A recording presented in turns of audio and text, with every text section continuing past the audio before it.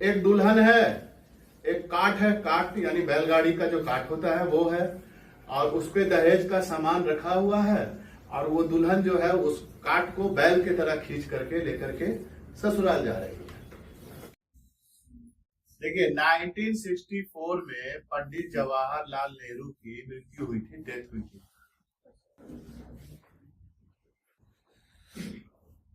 तो चूंकि उनको बच्चों से बहुत स्नेह था, बहुत मोहब्बत थी, बच्चों को बहुत मानते थे वो, समझे। उनके मोहब्बत और स्नेह को देखते हुए ये फैसला लिया गया कि उनका जो जन्म दिवस है यानी बर्थडे का जो डेट है 14 नवंबर, उस दिन चिल्ड्रन डे मनाया जाएगा, बाल दिवस मनाया जाएगा। लेकिन उससे पहले बाल दिवस जो है वो 14 नवंबर को नहीं मनाया जाता था, वो मनाया जाता था 20 नवंबर को। कब? 20 नवंबर को मनाया जाता था। और जो 20 नवंबर को ये चिल्ड्रन डे मनाया जाता था वो यूएन के तरफ से था, यूनिवर्सल, यानी पूरी दुनिया के लिए, पूरी दुनिया के लिए जो बाल दिवस है वो होता था कब? 20 नवंबर को यूनाइटेड स्टेट्स की तरफ से, समझे। तो इसमें फिर क्या कर दिया गया?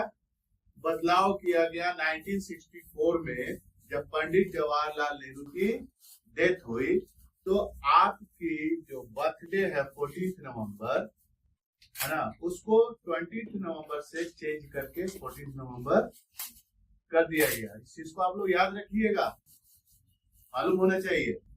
पंडित जवाहरलाल नेहरू कौन थे? देखिए first prime minister of India तो वो बाद में बने, है ना। उससे पहले क्या थे वो?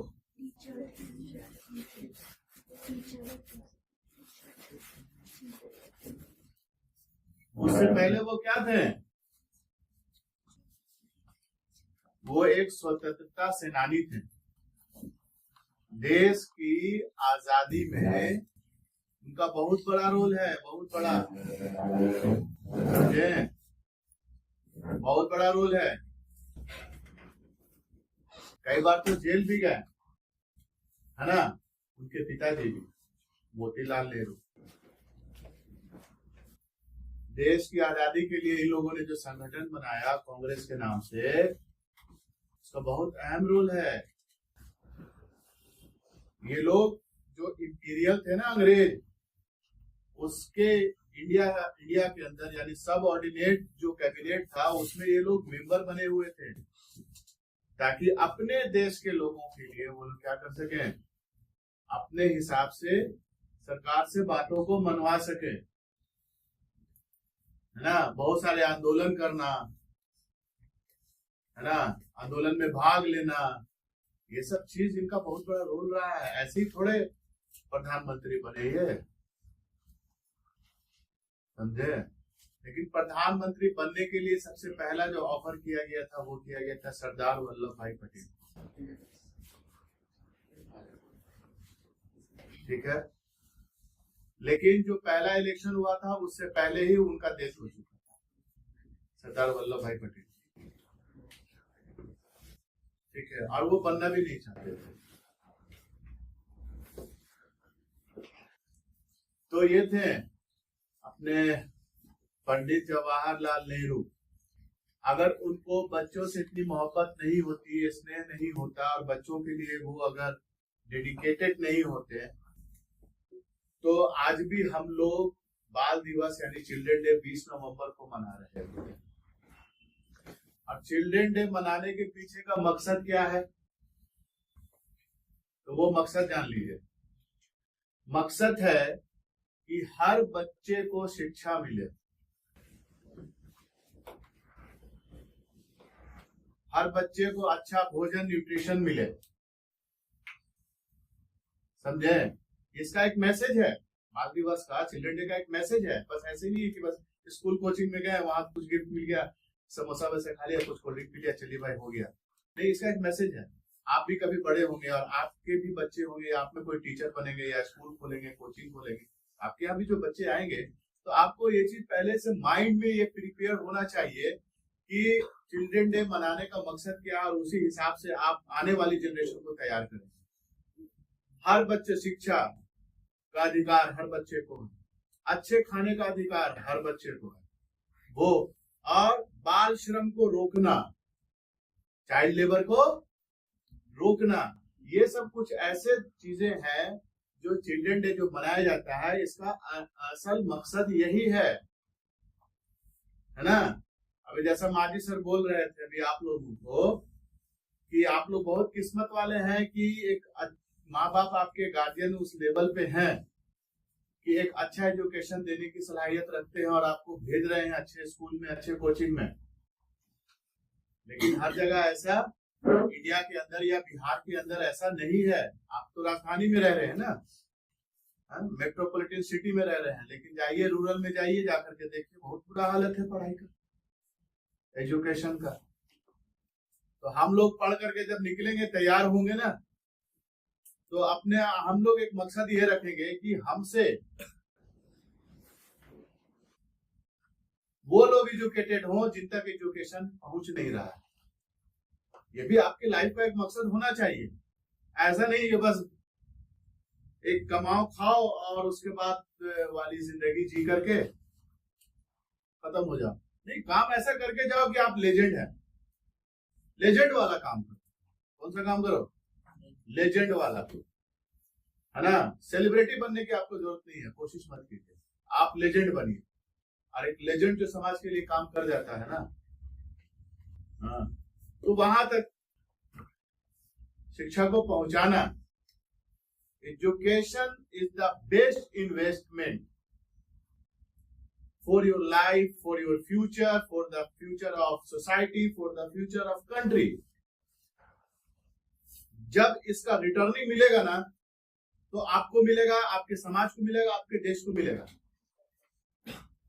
एजुकेशन ऐसा इन्वेस्टमेंट है, और हर इन्वेस्टमेंट कुछ ना कुछ रिटर्निंग देता है।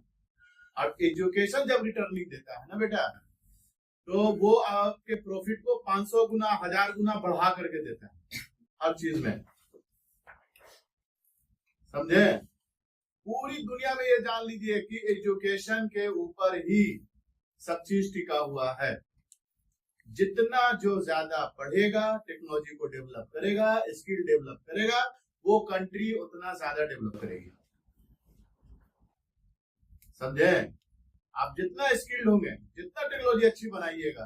देखिए, रॉ मटेरियल एक आयरन होता है ना, आयरन और एक रॉ मटेरियल है। लेकिन अगर आपके पास एजुकेशन है, टेक्नोलॉजी है, स्किल है, तो उसी आयरन से आप वैरायटीज टाइप के आप जो है उससे सामान और चीजें बना सकते हैं, बना सकते हैं ना जी। आप बना भी रहे हैं लोग दुनिया में। तो ये सब चीज डिपेंड करता है कि नहीं। और लड़कियां, लड़कों के बारे में बोला जाता है कि लड़के जब पढ़ते हैं ना, तो बोला जाता है कि एक घर पढ़ा, लड़का पढ़ा तो एक घर पढ़ा। लेकिन जब लड़कियां पढ़ती है ना, तो बोला जाता है कि एक खानदान पढ़ लिया। एक लड़की अगर पढ़ लेती है एक घर से, तो बोला जाता है कि एक खानदान पढ़ा। लड़कियों की पढ़ाई, एजुकेशन इतना मायने रखता है, समझे। अभी जैसे हम आप लोग को थोड़ी देर पहले एक चीज बताया था कि एक शो देखा, छोटा सा शो था, उसमें दिखाया क्या कि एक दुल्हन है, एक काठ है, काठ यानी बैलगाड़ी का जो काठ होता है वो है, और उस पे दहेज का सामान रखा हुआ है, और वो दुल्हन जो है उस काठ को बैल की तरह खींच करके लेकर के ससुराल जा रही है ना। तो ये सोसाइटी का, समाज का एक नियम बना हुआ है कि लड़की पैदा हुई है तो शादी करने के लिए 20 लाख, 30 लाख, 50 लाख रुपया रखिए, तो लड़की का निबाह होगा, कहीं शादी होगी। है? लेकिन लड़की अगर कलम पकड़ लेती है, पढ़ लेती है, अब पढ़ के खुद से स्टैंड कर लेती है ना, पीओ बन जाए, गवर्नमेंट टीचर बन जाए, पायलट बन जाओ ना, कौन रोक रहा है? कोई रोक सकता है? अभी सिंदूर वाले जो अटैक हुआ था, 2 लेडी पायलट थी ना, एक थी कौन कुरैशी, सोफिया कुरैशी, और एक और थी कोई, हाँ देवबिका सिंह। अभी इन दोनों ने जाकर के, पायलट थी ना, कौन थी, पढ़ के वहां तक पहुंची ना। अब बताओ कि क्या हाल की, तुम भी बन सकती हो ना। कल्पना चावला, एस्ट्रोनॉट्स, सुनीता विलियम्स का नाम सुनते हैं, एस्ट्रोनॉट्स। अब बताओ क्या इनको रुपया बेच सकता है? हाँ? कहते ना कि लड़कियों को रुपया बेच देता है, दहेज में बिक जाती हैं। तुम पढ़ लो, फिर तुम्हें क्या बेचेगा रुपया? समझे? नहीं बेच सकता।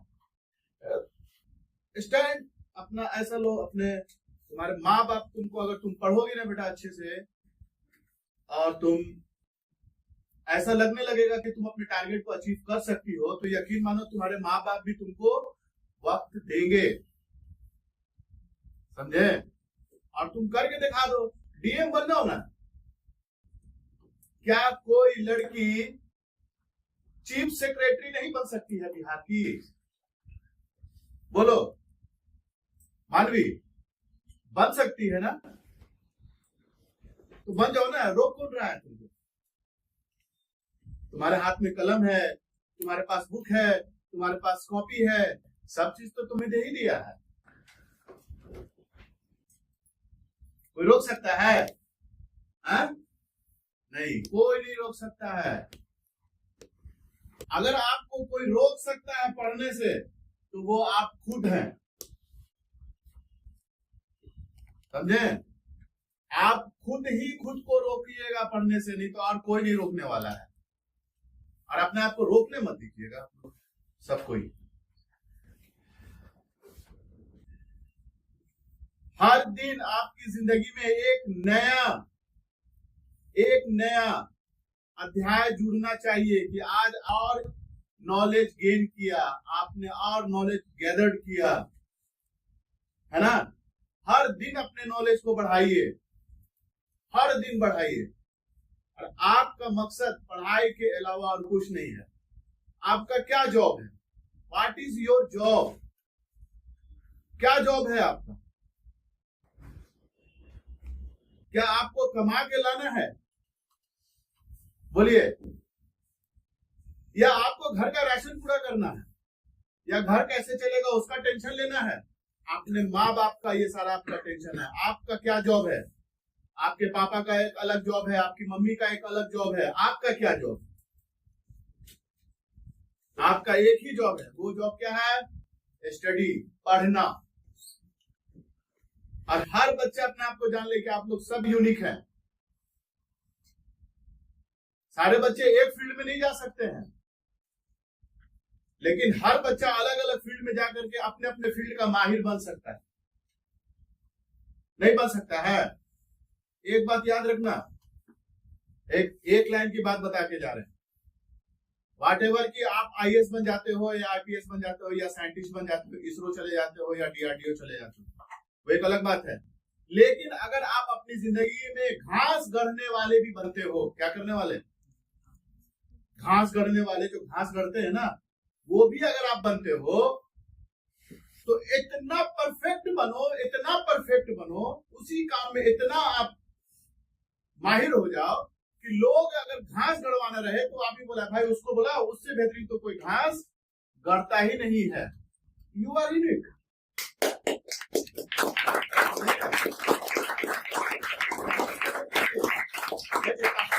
ताली नहीं बजाइए, सुनिए। You are unique. आप अपने फील्ड में यूनिक हैं। आप सब अपने अपने फील्ड में यूनिक हैं। कोई मैथ में टॉप है, कोई बायोलॉजी में टॉप है, कोई हिस्ट्री में टॉप है, कोई ज्योग्राफी में टॉप है, कोई इकोनॉमिक्स में टॉप है, कोई केमिस्ट्री में टॉप है, कोई इंग्लिश में टॉप है, कोई फिजिक्स में टॉप है ना जी? तो उसी हिसाब से आप लोगों का आगे जाकर के फ्यूचर और टारगेट जो है वो सेट होगा। कोई नीट निकालेगा, कोई आईआईटी निकालेगा, कोई एसएससी निकालेगा, कोई यूपीएससी निकालेगा, है ना। लेकिन निकालेगा तो ऐसा कि तीर जो है एकदम बीच में लगेगा, ऐसा निकालना है। तीर कहाँ लगे? एकदम बीच में, किनारे नहीं, किनारे नहीं। तो हम लोग आज से इस चीज का हम लोग निश्चय करते हैं कि अपनी पढ़ाई में और होमवर्क में किसी भी तरीके का कोई डिले या टाल मटोल नहीं करेंगे। वादा करते हैं आप लोग? नहीं, मजा आया? Yes sir. ठीक है, थैंक यू। और बहुत बहुत आप लोगों को मुबारकबाद बाल दिवस का। Thank you.